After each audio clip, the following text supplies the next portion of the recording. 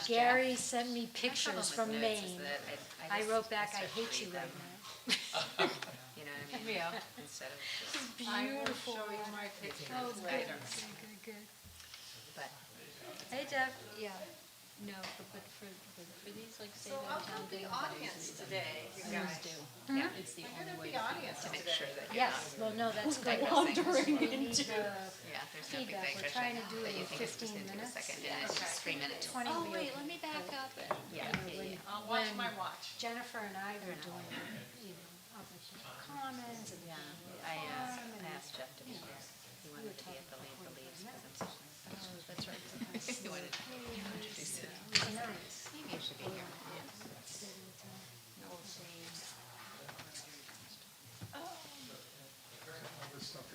Oh, okay. Oh, Oh, I will get out of this visual background. is that good? Yeah? Looks good to me. Well, I'm in audience role today. You get a lot of hard questions. Yeah, all the hard questions are ready.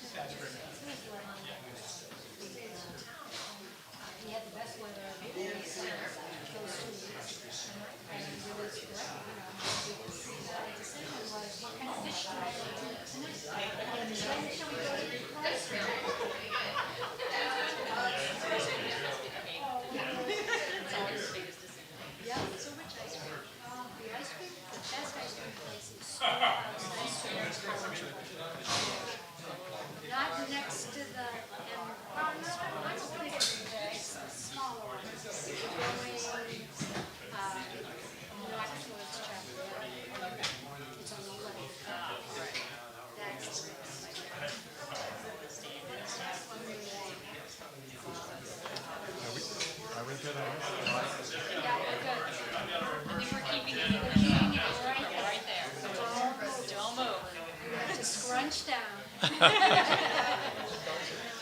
we have to turn it on? Should be on. Yep, it's on. Okay. We've got 20 online, so we'll greet them. Yeah. Let them know about that. Okay? Yours, We're good to go. Thank you.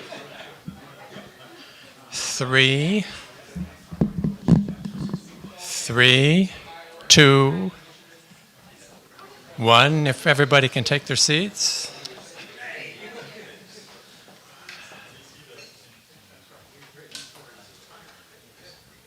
Just want to welcome you all here on behalf of the Racial Justice Advocates, and welcome all the folks who are online. We have 20 so far and counting, and I think people are still coming in here.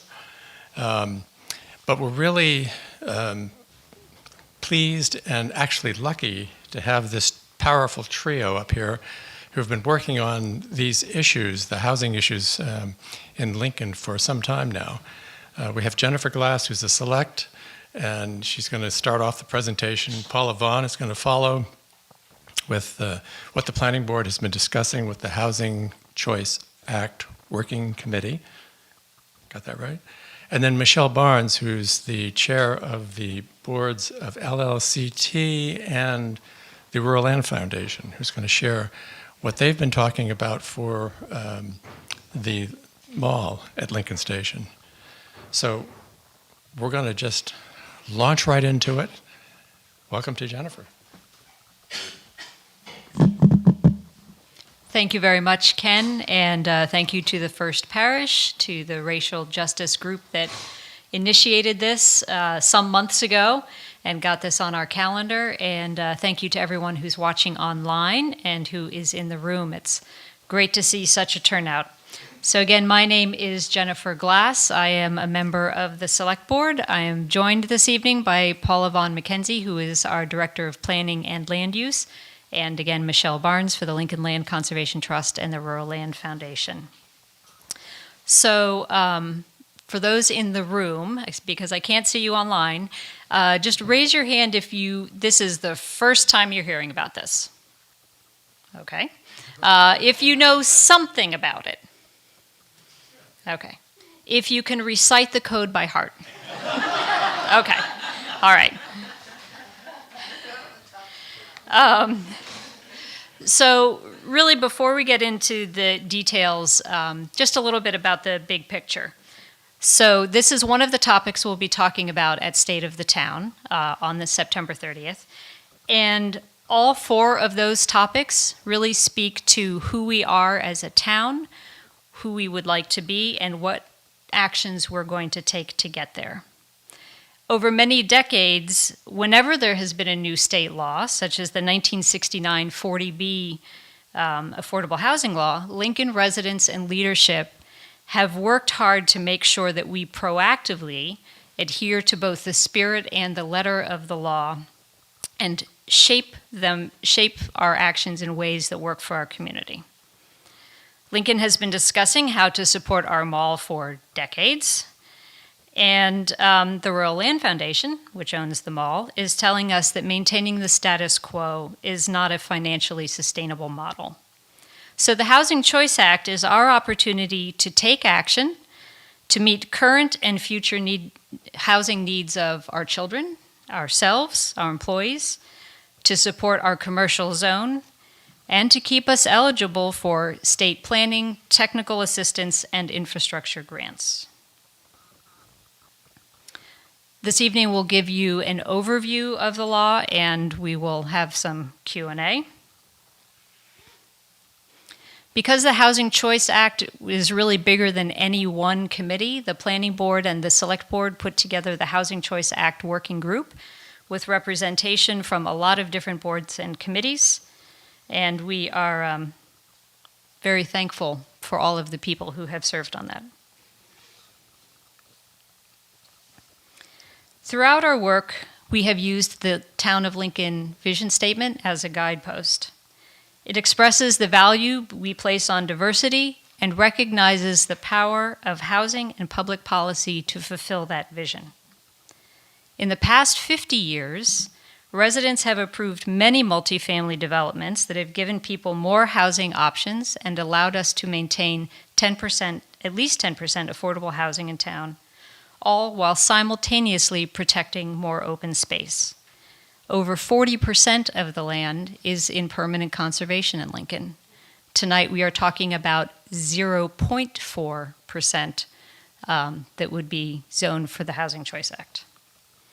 So now the Housing Choice Act is challenging us to think creatively about how to meet the needs of our current and future residents, our region, and our state. And we're going to focus on 2 districts that work together. I'll go back. The first is the overlay district that would be the one that complies with the HCA, which is also sometimes called the 3A district. And the second would be to create a village center district, which would allow the Rural Land Foundation to develop a mixed-use project at the mall, ensuring its longevity and giving the town future flexibility to address housing needs. So these 2 zoning efforts really work better together to address the needs of Lincoln now and will be considered as one zoning project at this next year's town meeting.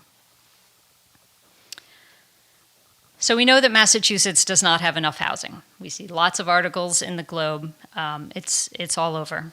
And to make it easier to build more, Governor Baker signed the Housing Choice into law in 2021. And housing is an equally high priority for Governor Healey's administration. Section 3A of the Act applies to cities and towns that have MBTA service or are adjacent to towns with MBTA service. And the law says that these towns shall have a compliant zone.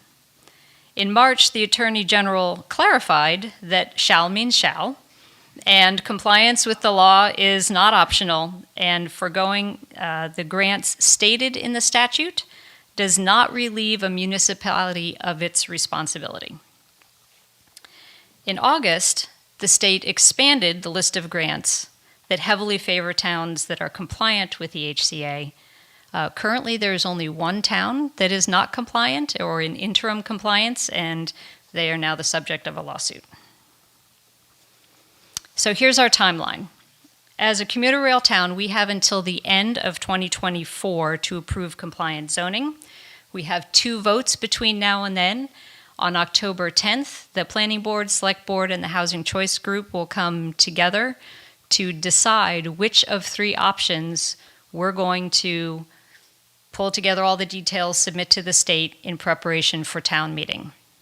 So the input that we get tonight, the input we get at State of the Town is really important to this decision that's coming up very quickly.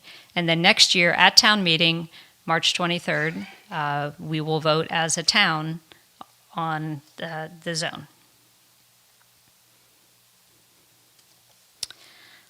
So it is important to remember that the HCA is a zoning exercise. It is not a housing production plan.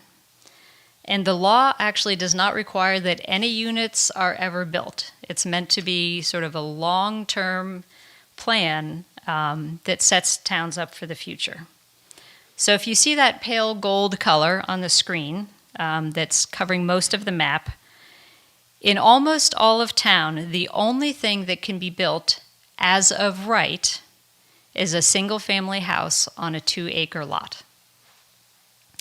The overwhelming majority of land in Lincoln is dedicated to single-family zoning.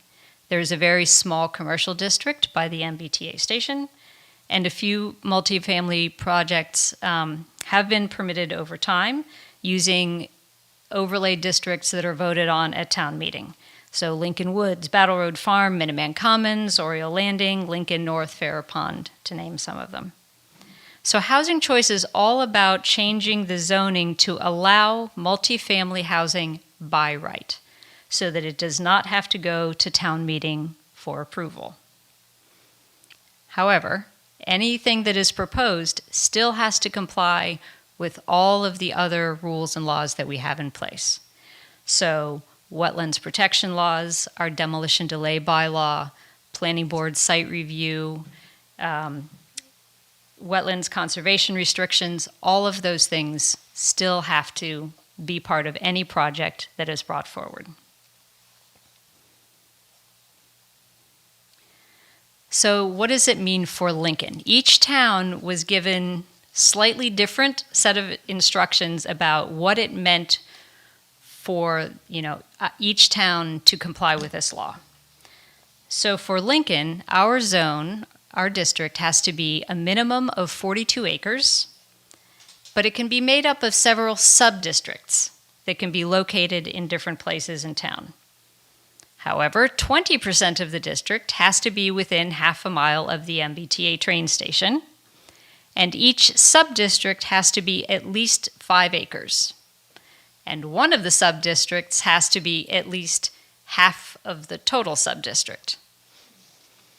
The other piece is that you cannot require commercial zoning within the housing choice zone. And that's part of why we're having, at the same time, a conversation about also rezoning in the mall. Because we want to protect the small commercial zone that we have. And so we need to think about that a little bit differently. So in the housing choice parcel, we can have housing or we can allow mixed use, but you cannot require that there be commercial. All right. So after Paula's presentation, you'll hear more from Michelle about what the RLF is thinking about. As you can see, this is very technical work. So thanks to Paula, we got a grant from the state to hire a consultant who would help us with the many moving parts that go into creating a compliant district. And as a starting point, if you see that circle on the map, that's the half-mile radius from the train station. So we asked the consultants first to show us what's considered developable within that half a mile. We also asked them to then look at, there is an MBTA bus stop that's up near Hanscom. We asked them to look at what's within half a mile of that. And we also asked them to look at places in town where we have already built multifamily housing to see if it would be a good idea to rezone those areas to kind of take advantage of work that we've already done as a town. So with this, I'm going to turn it over to Paula to handle the technical stuff.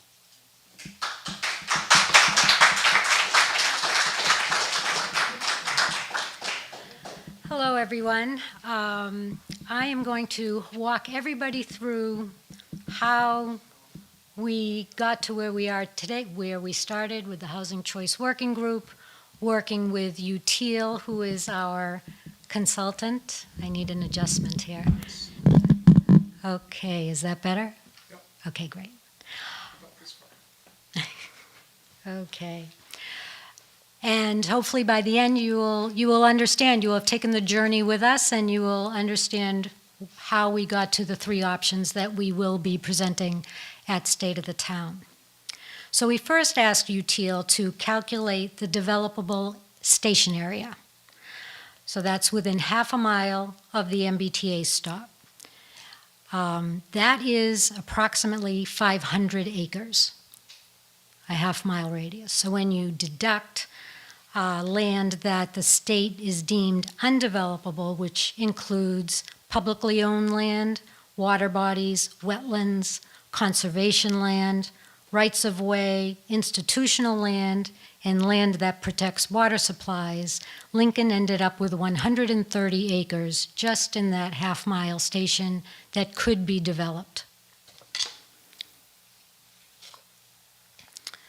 So here are some examples of multifamily housing in town with various densities ranging from a low of 4.5 units per acre to a high of 18.5 units per acre, and heights ranging from 18 to 53, 54 feet. So these are buildings that already exist in town. Battle Road Farm, the Commons, Oriole Landing, Minuteman Commons, Lincoln Woods, Farrah Pond, and Ryan Estates. And what's interesting to note is that right in our village center, Lincoln Woods, if you take out the wetlands, there are 13 acres of wetlands on their 20-acre site, their density is 18 units per acre. I don't think a lot of people would think that. Ryan Estates similarly has a lot of wetlands, so if you deduct their wetlands, they have 24 units on 6.7 acres. On 3 acres, their density is 18.5 units per acre with a height of 45 feet. So that just gives a little perspective of what we already have in town.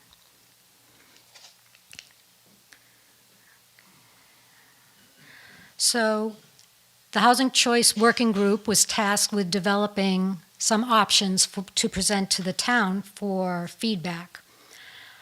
So the Housing Choice Working Group began by looking at the center, and you can see that in purple, as well as the areas in North Lincoln, which are Lincoln North, Battle Road Farm, and Minuteman Commons that were within half a mile of the bus stop, and other large multifamily areas like Oriole Landing and the Commons, which you see in yellow, and Fair Pond, which is in orange.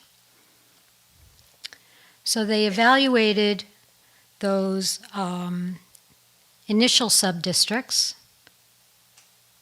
and they decided that Fair Pond was kind of way out in the corner and wasn't near any transit and probably was not a good candidate, so that was left behind.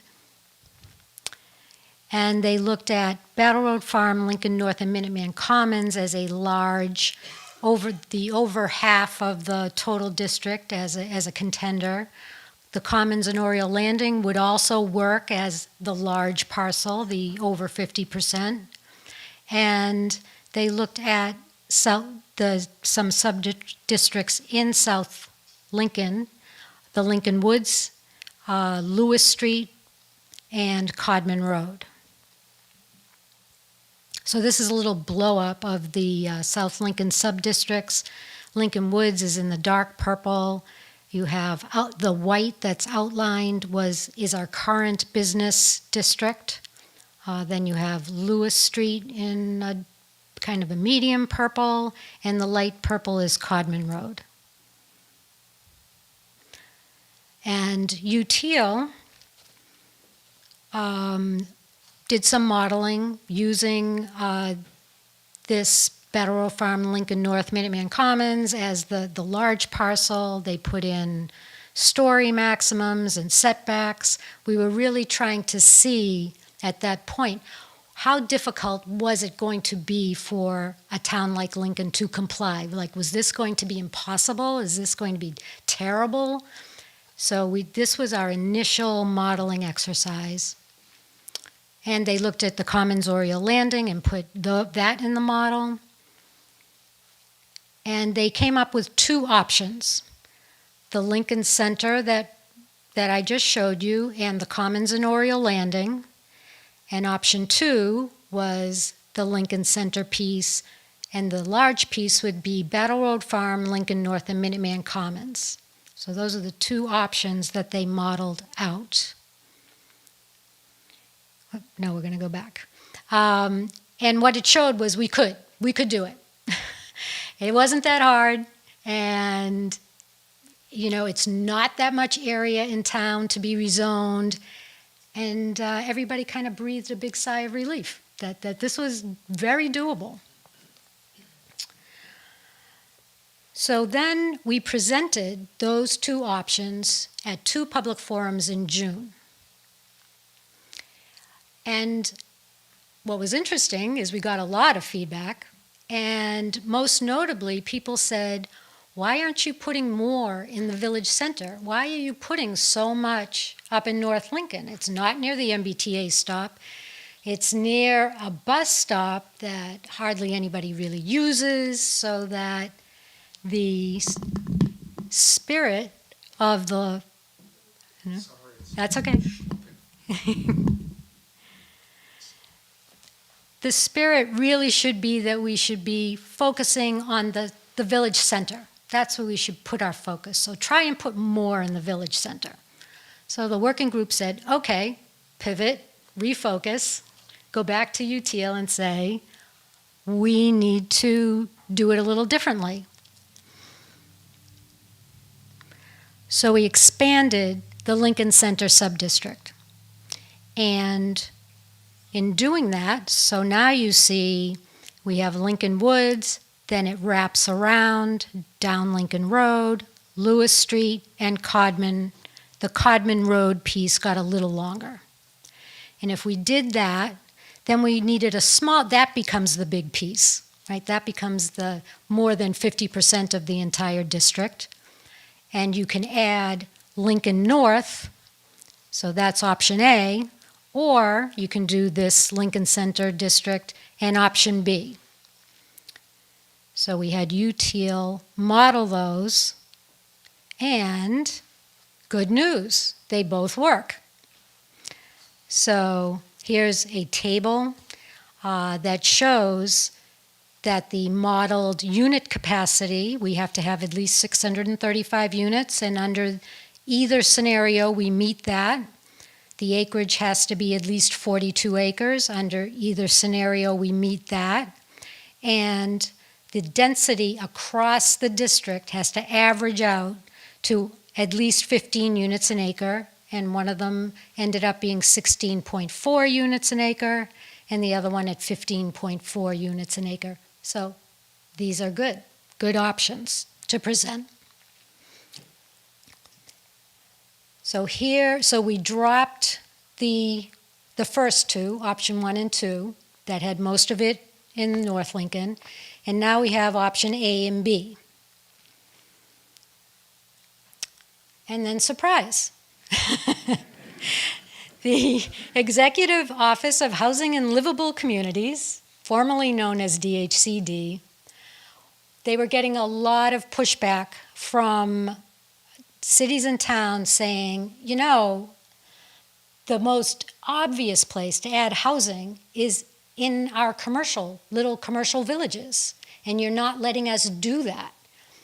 Just allowing it really doesn't protect our commercial districts. And Lincoln is not alone. A lot of small towns are really struggling with this. So they said, what we can do, that's okay. What we can do, we're going to allow you to take as a credit the number of multifamily units you are zoning for in a mixed-use district that still requires commercial. It's not part of the 3A district, but it will count towards your unit capacity number. Our unit capacity number, if you remember, is 635. It won't count as area, and you also can't use it for what they call contiguity purposes. So they want the district, they don't want little pockets all over town. They want a real district. So we were always going to rezone the Village Center mixed-use district in response to the Rural Land Foundation's proposed project. So we established the Village Center District, which includes the RLF parcel, the town commuter lot, the town gravel lot, and Doherty's. So it's a separate district, but it works together to let us comply with our 3A district. So here is option C. Option C, you can see the Village Center subdistrict, the mixed use is in yellow, and it is surrounded by that 3A district, which is all in the center now, and we don't need anything up north because we can take credit for what we're allowing in the zoning in the yellow. So what are we taking credit for? We're taking credit for 125 units from the yellow part. And so we have the Lincoln Woods subdistrict, we have the Lincoln Road, that orange piece, and we have the Codman Road piece, and then the credit for 125 units. And where did we end up? We ended up at 639 units, and our target was 635. We end up at 64 acres, and our target was 42, and the modeled density is 19.4 units per acre, which, meets the 15 units per acre. So all good. Some people may ask, why is the district so much bigger? It's because wetlands are included in the size. But when you do the density, you have to take the wetlands out. So this also, option C, works.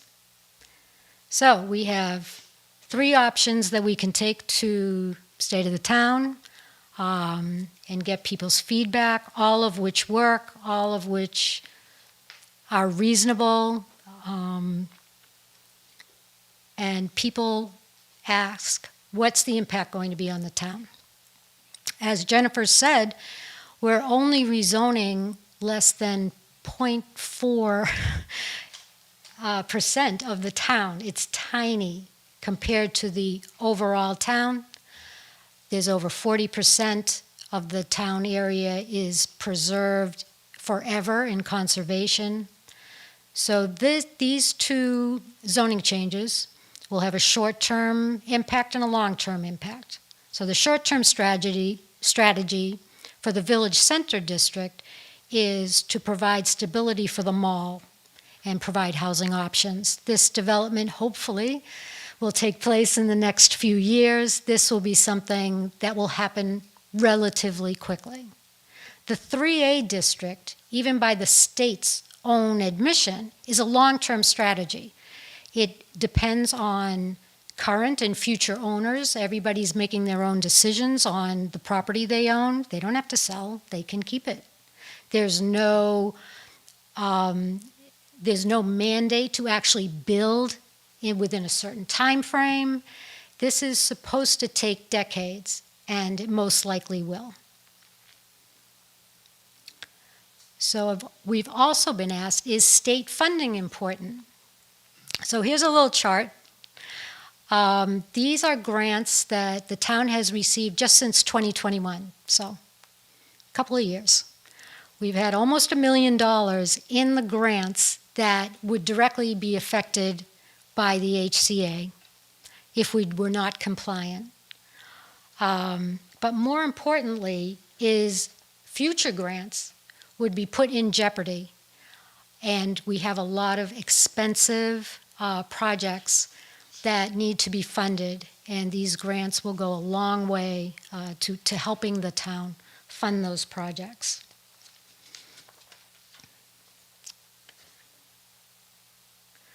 So here are the pieces of the puzzle. I've always, even from the Slippick days, this is what it reminds me of. How do we put all the pieces together to make it work? And we have developing the 3A overlay district and the Village Center overlay district. We've been collaborating with the Rural Land Foundation and the community builders that own Lincoln Woods. We need access to MassWorks and other state grants. And we need everybody's vote at the March 2024 town meeting, and this will support our village center. So I'm going to turn it over to Michelle, who's going to explain all the great plans for the mall.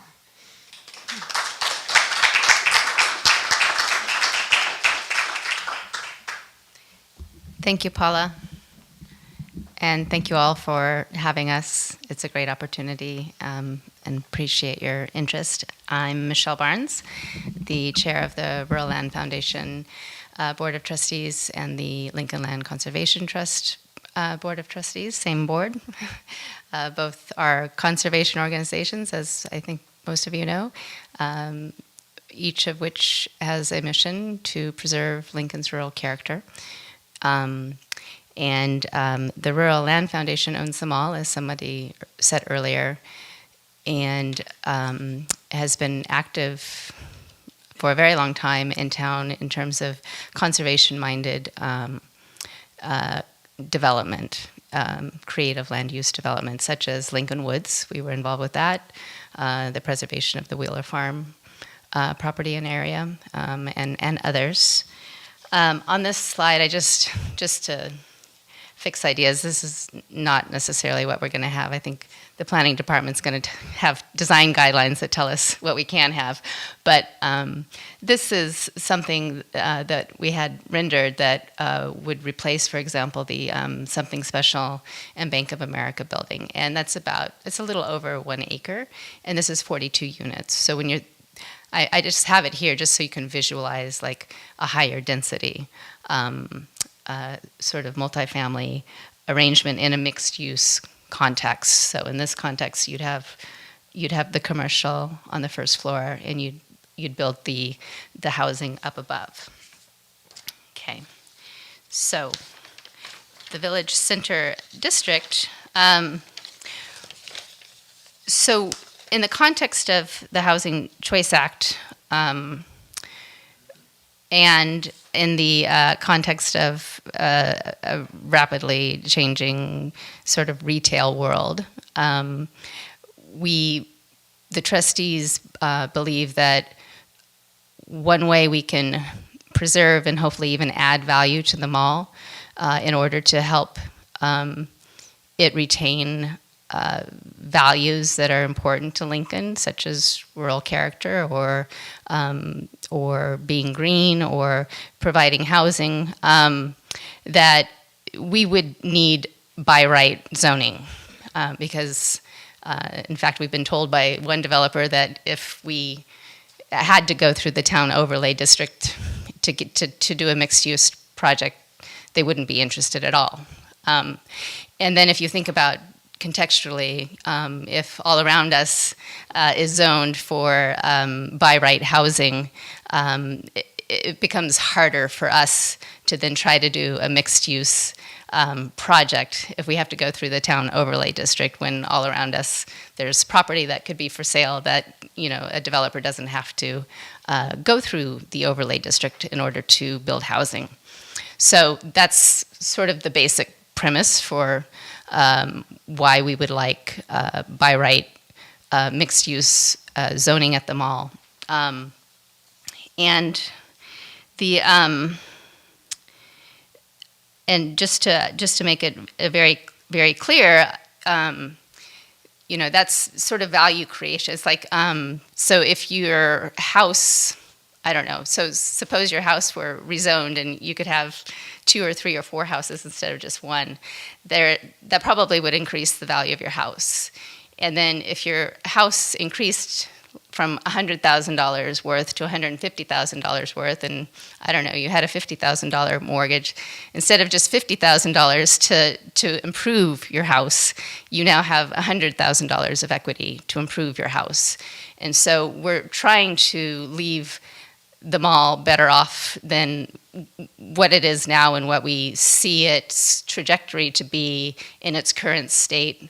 And we think that this sort of by right zoning would go a long distance to that. Benefits to the town. First of all, this is, as Paula mentioned, we actually are talking with the developer. We have a concrete project that we're trying to achieve, which means we are targeting having actual housing at the mall within, I'm not sure how long, but within 5 years, hopefully, right? Maybe even sooner. So that helps Lincoln because of the value statement that Jennifer put up earlier, right? We want more diverse housing options in Lincoln. We've wanted that since the 70s, at least that I know of, maybe longer. And now that we know that there's like a 200,000 household, deficit of housing in our region, there's an even greater onus to actually create housing, not just zone for it, but to actually create it. And so that's one benefit to the town. And of course, we are right by the MBTA station, so it also helps. satisfy some of our sustainability goals. And to that end, as we renew the commercial space, that renewed commercial space would not only be better quality from a market perspective, it would be greener because any building also has to satisfy the stretch code. Among the many other things that Jennifer mentioned, any development would have to satisfy. So that would be a greener mall than we have right now as well. And so we obviously it's not a lot of housing that can fit there, but the hope is that having housing and having mixed use would make it a more vibrant place to be, a more attractive place to be for people, and hopefully drive more business to our small businesses at the mall. And then finally, as I understand it from Ellen Metters, who's on our board and is also on our board of assessors, she explained to me that the way the assessments work is that if we remodeled if we redid the mall, or parts of it, the expense that you incur to remodel or build anew, that gets added to your assessment. So anything that we're spending on this mall to revitalize it, and the developer we've been talking with has mentioned, it might cost $20 to $30 million to do this. That will increase the assessed value of the mall, which I don't know, what is it at right now? I keep meaning to look. Is it $5 million or $7 million? It's something of that order. So that would also increase tax assessments, right? Which is also of benefit to the town. So we are a nonprofit. We have as our mission to preserve Lincoln's rural character. We, as I've said, we have a long history of doing creative land use development, and so we feel this fits in our mission pretty squarely. We really do see ourselves as being of service to the town, and we take in mind quite seriously the town values, as stated earlier by Jennifer. And we obviously, every trustee has a different weight on all the different values, but we're serious about that. And so one benefit of to the Rural Land Foundation is exactly all those benefits I just enumerated that are for the town, because our mission is to serve the town, right? So there's that. It's consistent with our mission. It's consistent with what we've done over time. And as I alluded to earlier, I think it helps us leave the mall in a better place than it is right now for the town in perpetuity. And also from a fiduciary perspective. So some trustees all of us care about our fiduciary responsibilities, some more than others. But we feel very strongly that, especially in this economic context with the HCA zoning of by right housing all around us, that we, for our fiduciary purposes, need to have the zoning, for it to be a viable, ongoing concern in the long run. And so just a few notes, I guess, about where we're at with a particular project. We don't know what it looks like. I keep showing you guys the same photo, but we don't actually know what it looks like yet. We are working with Civico, who did Oriole Landing, that we believe is a developer known and trusted by the town. It would be a phased development because we have anchor tenants. Different tenants have different lease structures, and we would try to respect that to the best of our ability. We certainly are going to be developing a project that's in line, as I've said, with town values and ethos, and which are manifested in many of our code requirements. So if you don't believe me, believe our bylaws. We do not have the capital. We don't have, obviously we're a nonprofit. I know there are some nonprofits that have 20 or 30 million, but we're not one of them. We don't have the capital to do a mixed-use mall redevelopment ourselves, and so we have to work with a developer. And the model is that we would be working with the developer and the town to come up with a mutually agreeable project, and then a sale would be contingent on a particular project and phasing of building over time.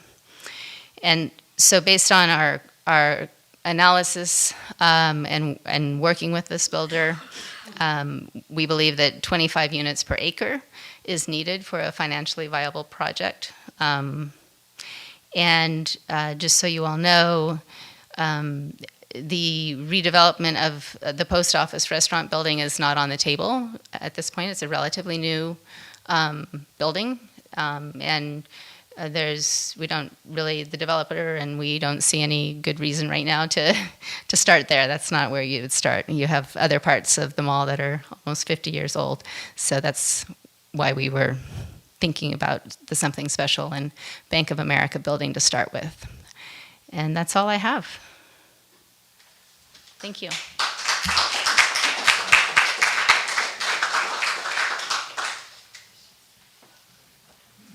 So this is a preview of what you're going to get asked at State of the Town. So at State of the Town, we're going to give some version of this presentation, and we will ask people to talk with each other, to think about, are there pros and cons of each of these different options? And we're going to ask directly for your feedback, which could be any of them are fine with me, I like A, B, or C, or I'm having none of this. So just a little preview of coming attractions, and now we are happy to answer any questions.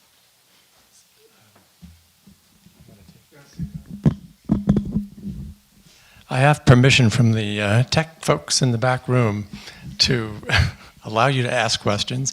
And folks who are online, if you just drop questions in the chat, we'll get those answered as best we can as well. We have 26 people right now.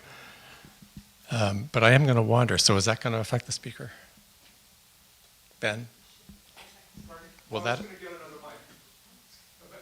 You want to just use one mic, that's fine. Yes. So, does anybody have any questions?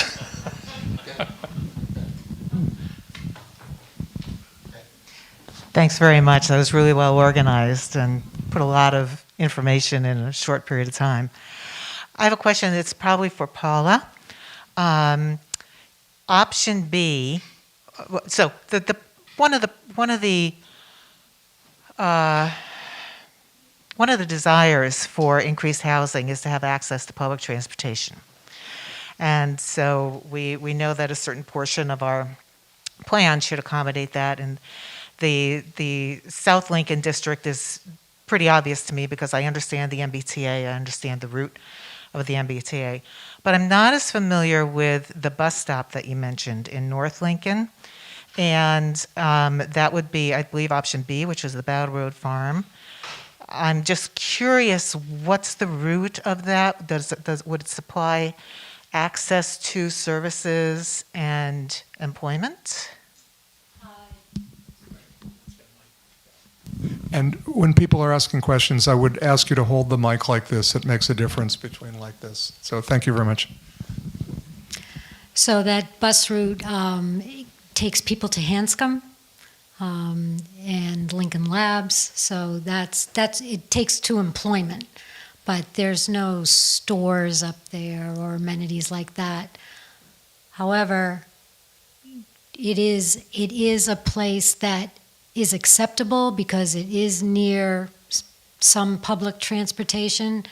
There are towns that have no public transportation. They're adjacent towns and they still have to comply. So, so it is acceptable to the state to have something up there. What's the other end of the bus line? Lexington? Please repeat the question. If somebody Oh, Dilla asked, what's the other end of the bus line? I believe it's in Lexington. Yeah. But that's a good question, and we'll have I think, a better answer next time. We've got an active chat room right now. So let's see. From Rosemary Lloyd, read the addition of housing at the mall. Will these be rentals or is ownership a possibility? That's for Michelle. I don't think they have fleshed this out yet. Well, I did just ask that question, and the answer I got was not interested. Because of the complications of it being a mixed-use development, Civico at least didn't see condo ownership being viable from a practical perspective, largely, I think. Because, yeah, we would like people to have wealth creation at different entry points into the housing market, but unfortunately, the answer was no, with him at least.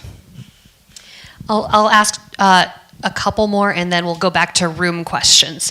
So what accommodation might be planned for parking for the mall redevelopment? 25 units an acre will take up a lot of space and cars will be a significant element in the landscape. No, go ahead. No, I think you got it. I hear the parking. I should let you because you're the parking guru, right?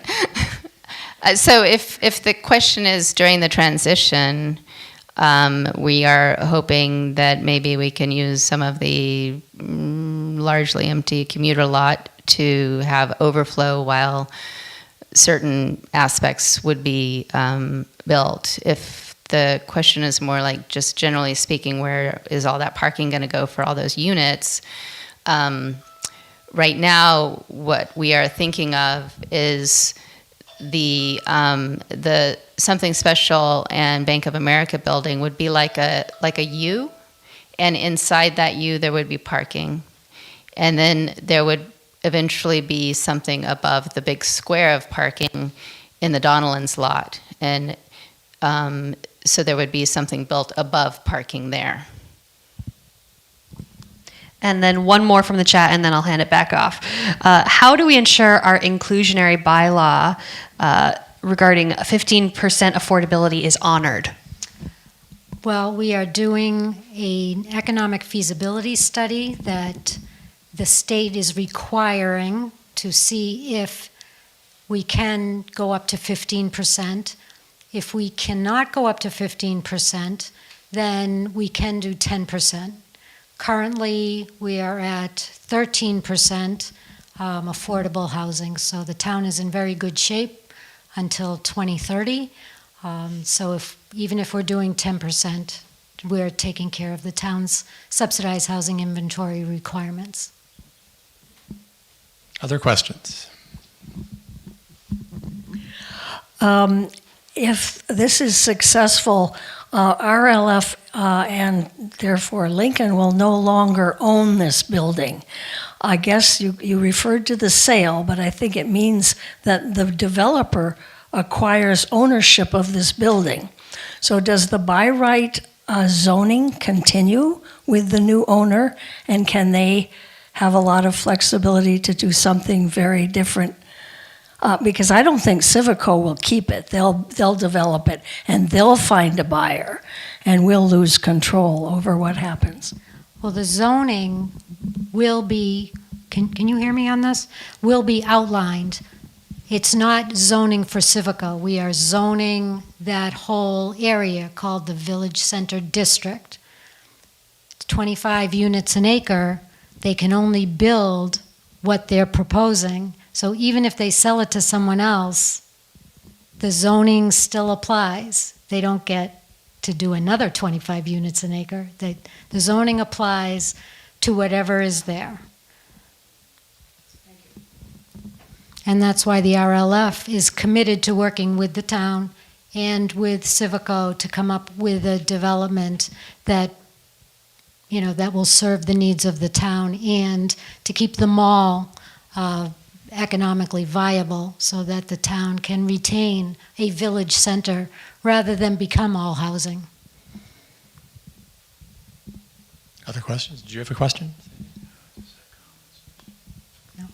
Okay. I'm Sandy Creighton, and Dilla and I are from the Ryan State. And I love this, this choice here. And, you know, there are a lot of ways to skin a cat, and I've had, 50 years of land development and also city planning, and have executed many things. And this is a perfect sort of palette to start from. But one of my questions is, on the Rural Land Foundation, will you consider other outside, or are you just sold on Civico? That's a very good question. We are pretty sold on Civico, and in part because we feel like we're asking the town to give us zoning by right without having to go through the overlay district and a very intensive town meeting process for that.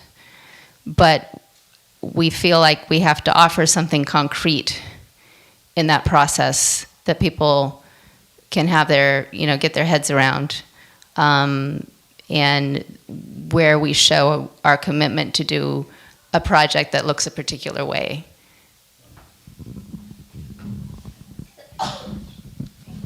I just have another comment. I mean, there are a lot of ways to skin a cat, and an RFP to non-profit developers, and in the course of the last 20 years, there's some really good, substantially capitalized nonprofits in Boston could be invited to also participate in some sort of a competition.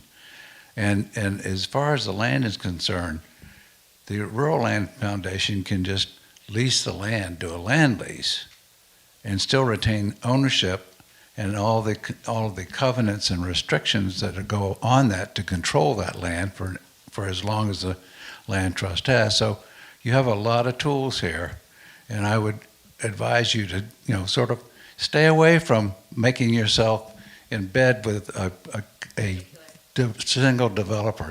And I've always invited and enjoyed competing with other developers for projects. Yep. And it's a very lively, engaging process to have these developers come in and present to the town their dreams and what they could see viable there. And then, so you've got a palette there that's just waiting to be, have fun with. I appreciate that. With this current developer, I in fact just emailed him today to ask, what are the differences in terms of essentially the economics and what he's willing to do if we did a 100-year ground lease instead of a sale. But I don't know the answer to that question yet. But I appreciate your perspective on, trying to go out for bid essentially, which is what I think normally you would do, right? It's just that we're trying to do this now with HCA and wanted to show the town something concrete. Anybody else? More from the, Joe. Joe Robot. I'm sort of representing Friends of Modern Architecture tonight, and we have a tour coming up of all places, Lincoln Woods, on October 1st, and would invite you to come. It's 3 to 6 in the evening, RSVP at FOMA, Friends of Modern Architecture, Lincoln. I do have observations about the town leadership and the RLF. I think you've done an amazing job of navigating really difficult waters, and really FOMA, but many of us are thankful for the work. With respect to RLF, we've been, as I say, studying Lincoln Woods, and I urge folks in town to study it because RLF has been heroic in over many years. But they actually, in my view, together with the Lincoln Foundation, made Lincoln Woods possible. They took risks that others wouldn't have been able to take to buy the land. They honored relationships, and we have 125 units at Lincoln Woods because of the RLF's activity there. I'd also like to urge the RLF to do what you always have done with the community. Work with the broader community as early as you can. Bring organizations like ours in, bring residents in. Let's work together, as we always have, to make this a great project for the town and to satisfy the RLF's pretty definitive needs. Thanks. We have some questions from the chat. We've got a very active chat. Some questions. We won't be able to get to all of them, I don't think, but we've got one. How do we protect residents who rent, many of whom are of modest income, protected from eviction if the owner elects to redevelop?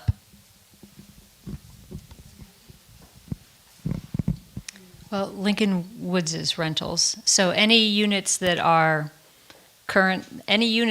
income restricted are still income restricted and need to abide by those rules.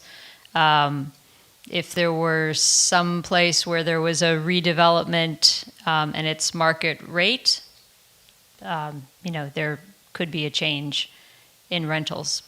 But Lincoln Woods, I don't think, has any intention of redeveloping. No, they just put a lot of money into that development.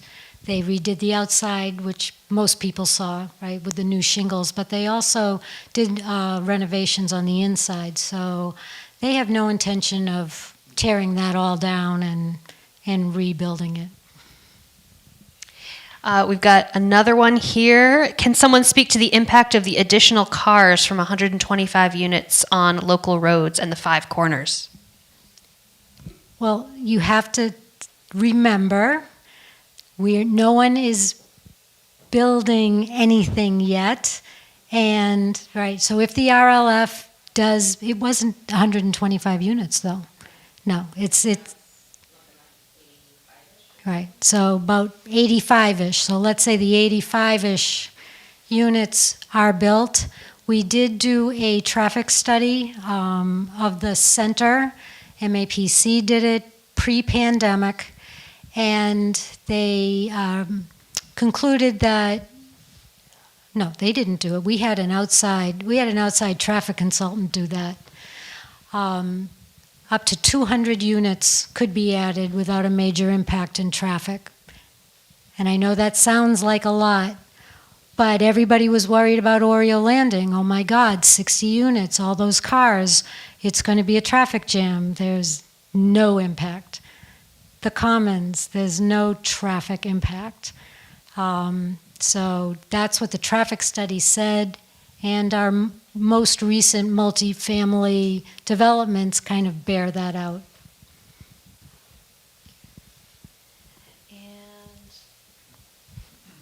Oh, and one more thing.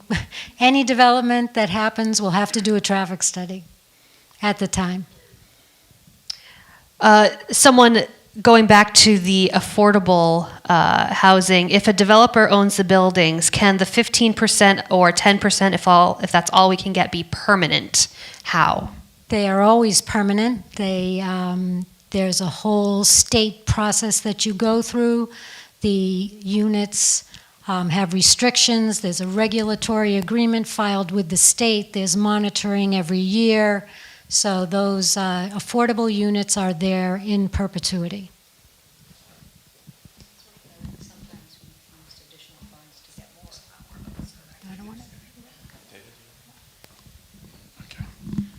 David O'Neill.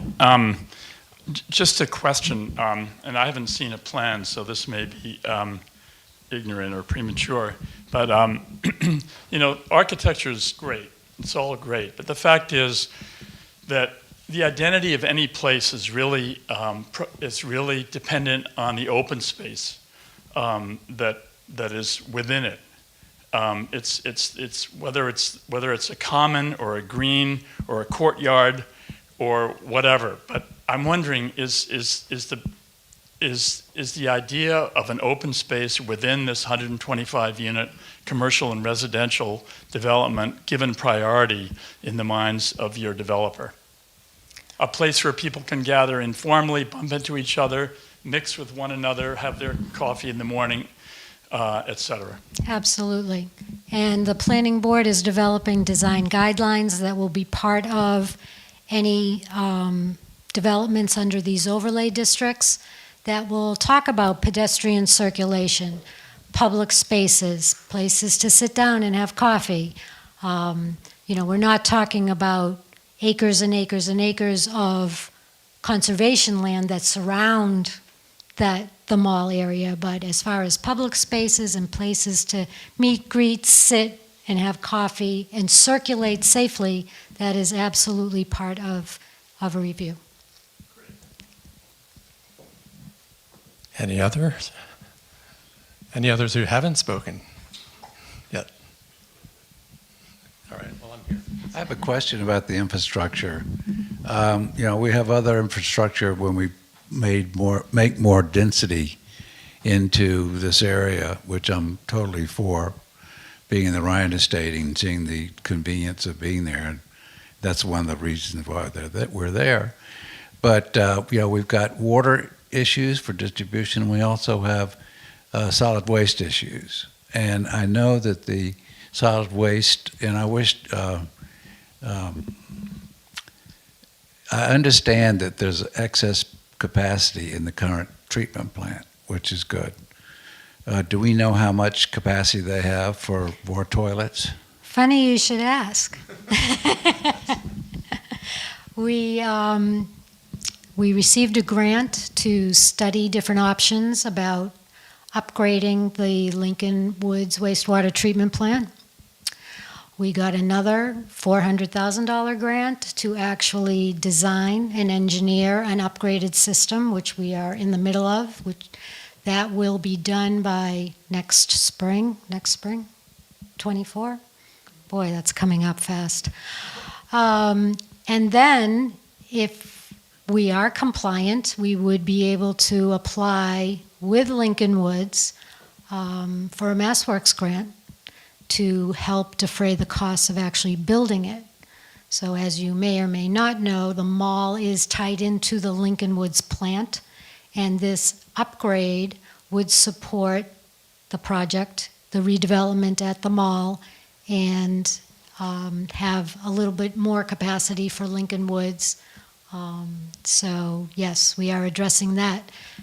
As far as water, we have a letter from the Water Commission that we will have the capacity for increased residential units there. So we've been in contact with them. We have a letter from the school committee saying the schools have excess capacity. Please, a few more kids would be wonderful. So yeah, we have looked at all of those issues. No, not yet. Paula, I would just want to follow on that because there has been talk on Lincoln Talk about what's happening with the mixing of public and private monies with respect to the sewage treatment plant. Can you just clarify that? Because I know there's confusion. Well, it's not money from the town that's building a private plant. Mm-hmm. We did get a grant. The state really wants to help build housing. So we applied and told them exactly what was happening. Lincoln Woods, we have Lincoln Woods, we have the mall we'd like to redevelop, we need wastewater treatment capacity, we need to design something. They gave us the money. As far as a MassWorks grant, the town would have to have some sort of interest in either in the treatment plant, but not own it, like, whether it's a ground lease or some other legal thing. The Lincoln Woods people, the community builders who owns Lincoln Woods, they said they have done this in other towns It's really not that complicated, and it is a way to get MassWorks grants to fund something that is going to benefit the town. It's not really going to benefit one individual private owner. So they're pretty confident that that it can be done. But we're not dipping into the coffers of the town to build this project. And we do public-private partnerships all the time. Raise money to buy conservation land. The town kicks in money. Individuals kick in money. So, you know. But community builders would still own the plant. Yes. And be responsible for maintaining it. Yes, and the cost of maintaining would be split between Lincoln Woods and the mall, not the town. All right. More in the chat. I'll be back. Couple more from the chat. Could the panel explain why the properties along and abutting Ridge Road are not included in the green district?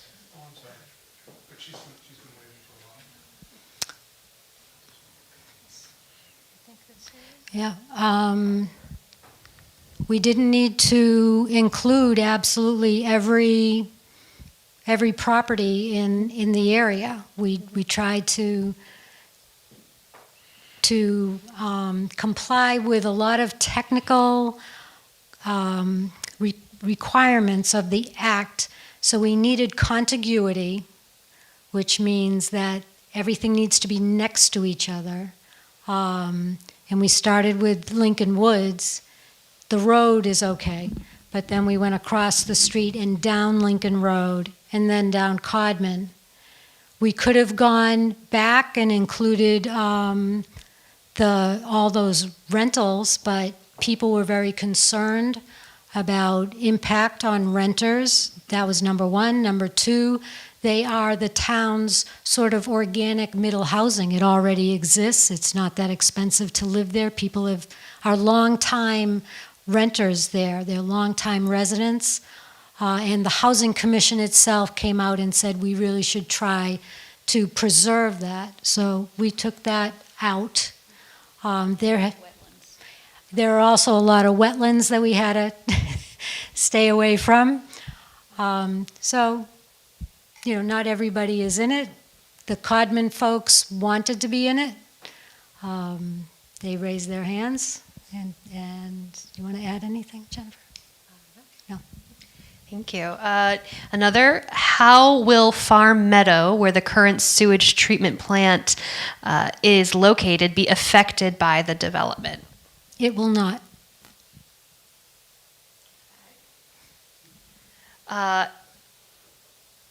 And what is the methodology that included Codman Road? I realize it could always stay the way it is, but owners could develop more densely if they chose.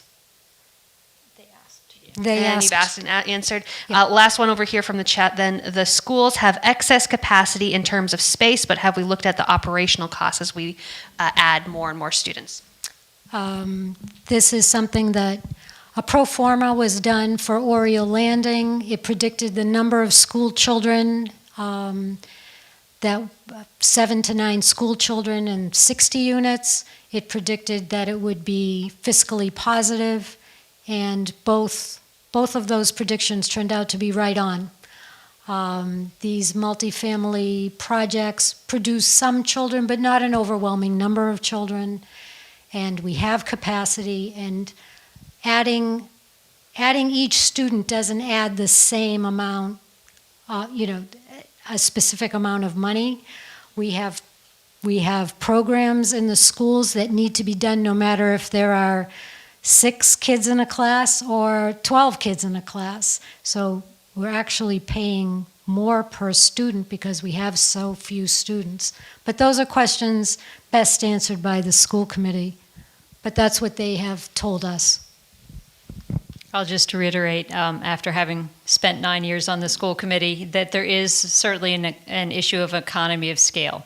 So certainly if 20 new students were added and they were all in the same grade, it would probably mean you had to open up some new sections. I mean, that's always the interesting thing in a one school town, is you can't predict where those bumps are going to be. But in general, because, as Paula said, you still have a lot of the fixed costs in place. You need to have classrooms open, you need to heat the building, you need to have central office staff. There is capacity within the population, which is, I think, the message that the school committee was giving, that there's capacity in there without having a huge bump on operational costs. Anybody else? Sandy, do you want to, or are you bailing? Okay. Dilla, I know you had a question. Yeah, I am confused about the slides. This is down in the weeds. Options A and B here also include a Lincoln Center district, but it's not the one we see on the left. Is it just the purple? Okay, so if the one on the left stands alone, we don't accept to give people options. We don't need the other two options. Well, we have three options. So this takes into consideration the zoning of the Village Center District for the mall. Yes. Right. So if people want to go for that option, that's great. Then you don't need the areas in the north. But if they don't want to take that into consideration, if they want, I don't know, it's like why would you pick the other two? But there are three options that work. All right, that wasn't clear in your presentation. Okay, that's good to know. That this option is needed if we don't accept what the Rural Land Foundation is doing. Then we need the other two options. Yes.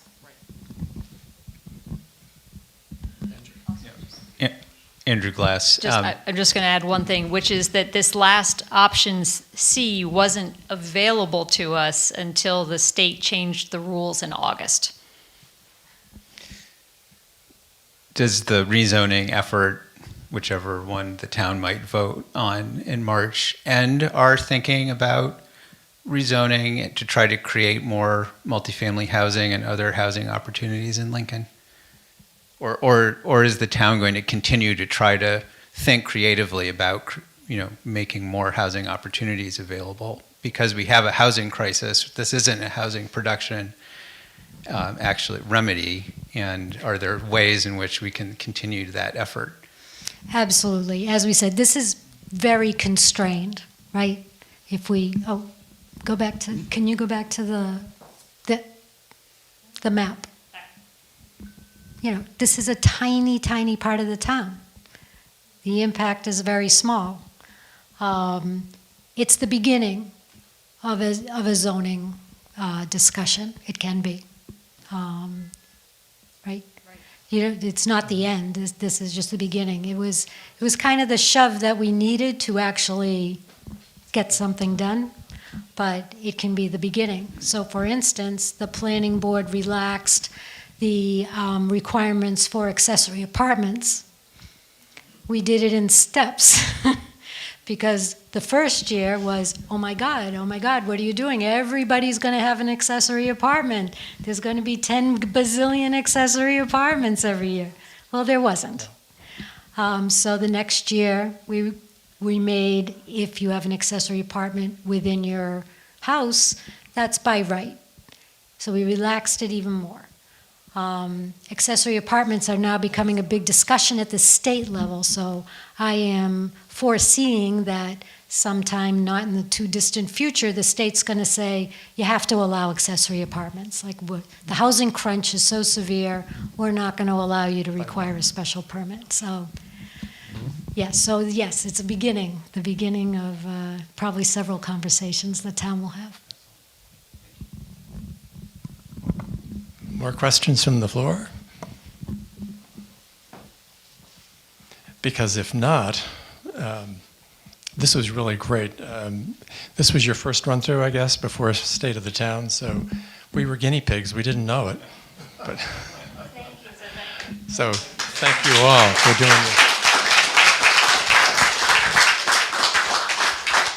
this. And if everybody would make an effort, come to the SOT. There's far more to learn with all the other things that are going on there. thanks so much for coming. And for those online, there was a hefty discussion online.